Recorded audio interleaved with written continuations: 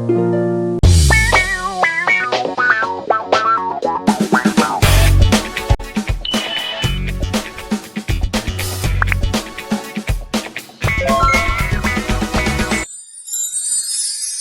selamat datang kembali di video Misnah. Kali ini kita akan mempelajari mengenai pembagian segmen garis.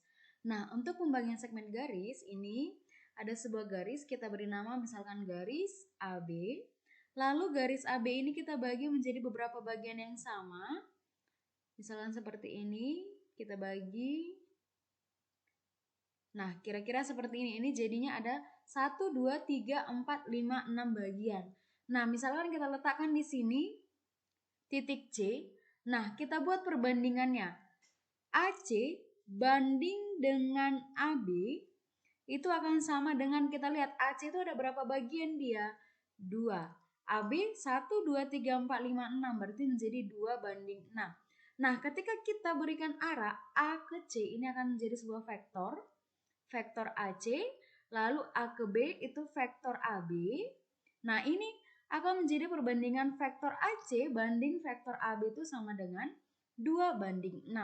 Nah, lalu apa maksudnya dari pembagian segmen garis ini? Misalkan dari titik O, titik pusat, kita ambil sebuah garis ke suatu titik A, misalnya di sini, ya ini titik B. Oke. Lalu dari titik A ke titik B ini kita hubungkan juga menjadi sebuah garis. Lalu dari titik O ini, nanti di sini kita letakkan sebuah titik P. Nah, dari titik O ke titik P ini kita tarik juga sebuah garis. Sehingga dari titik O ke titik A ini yang disebut sebagai vektor posisi A. Lalu dari titik O ke titik B ini yang disebut sebagai vektor posisi B. Lalu dari titik O ke titik P ini yang disebut sebagai vektor posisi P. Nah, kita anggap perbandingan antara AP dengan PB ini adalah ini M, di sini N, oke? Nah, sehingga kalau kita ingin mencari berapakah panjang dari si AP. AP itu kan berarti sama dengan pembandingnya berapa? M banding panjang seluruhnya kan, berarti M ditambah N dikali dari panjang sebuah garis ini, yaitu garis AB. Nah, AP kita beri arah A ke menuju P, berarti ini jadi vektor AP. Ini AB juga dari A ke B, berarti ini vektor AB. Oke, nah kita buat. Ketika vektor AP ini kan berarti sama dengan pengurangan dari vektor posisi P dikurang vektor posisi A. Ini sudah kita pelajari pada vektor posisi sebelumnya. Itu berarti sama dengan M per M tambah N dikali. Berarti vektor AB itu sama dengan vektor posisi B dikurang dengan vektor posisi A. Oke, ini kita operasikan.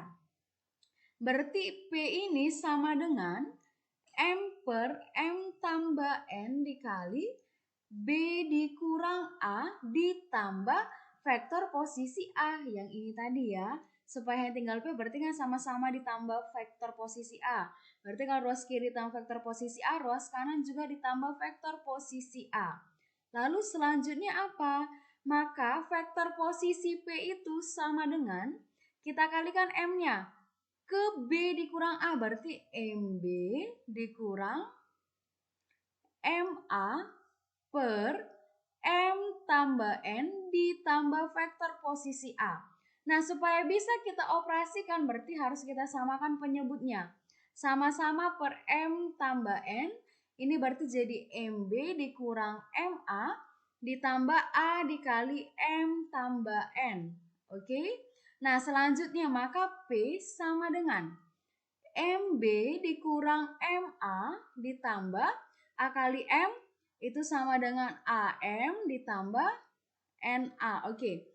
Nah, min MA dengan AM kan bisa saling menghabiskan. Oke. Ini per M tambah N. Sehingga vektor posisi P bisa kita peroleh dari apa? Dari M dikali vektor posisi B dikurang N dikali vektor posisi, bukan dikurang, ini ditambah N dikali vektor posisi A per M tambah N, gitu dia. Maka kalau kita lihat ke gambarnya, berarti kalau kita mau cari vektor posisi dari si P ini, itu P sama dengan M dikali B, silang ke sini, lalu ditambah N dikali A, ya kan, silang ke sini, per perbandingan antara ini dengan ini, dijumlahkan, berarti M tambah N, inilah dia. Oke, kita akan bahas satu contoh soalnya.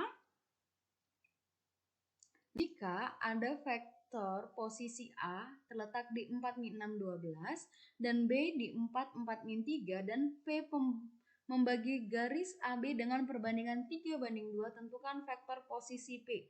Maka ini langsung aja caranya dengan menggunakan rumus vektor posisi yang tadi, yaitu berarti P itu sama dengan berapa pembandingnya? 3. Berarti kan ini kita kali silang aja, 3-nya ke B, 2-nya ke A. Berarti ini 3 dikali 4, 4 min 3, lalu ditambah 2 dikali 4 min 6, 12 per pembandingnya adalah 3 ditambah 2. Nah, berarti ini akan menjadi vektor posisi P itu sama dengan, kita kalikan, 3 kali 4, 12, 3 kali 4, 12, 3 kali min 3, min 9, lalu ditambah, ini kita kalikan menjadi 8 minus 12, lalu 24, per 3 tambah 2, 5. Maka vektor posisi P sama dengan, kita jumlahkan X dengan X, Y dengan Y, Z dengan Z. Ini ketepatan vektor yang 3 dimensi. Berarti 12 ditambah 8, 20. 12 tambah min 12 itu 0. Min 9 ditambah 24 itu 15. Ini per 5. Nah, ini masing-masing kita bagi 5. 20 bagi 5, 4. 0 bagi 5, 0. 15 bagi 5, 3. Sehingga berarti artinya ketika ada garis A, ini yang garis AB, di mana A-nya letaknya yaitu 4 min 6, 12, lalu B ini 4, 4 min 3. Ketika diletakkan sebuah titik P yang membagi 3:2, maka vektor posisi atau letak dari si P ini yaitu 4, 0, 3. Kira-kira seperti itu. Jadi kan ini tadi 3, 2, makanya yang 3-nya dikalikan ke sini, 2-nya kalikan ke sini, kan pembandingannya 3:2. Oke, semoga dapat dipahami dengan baik ya mengenai pembagian segmen garis pada vektor. See you.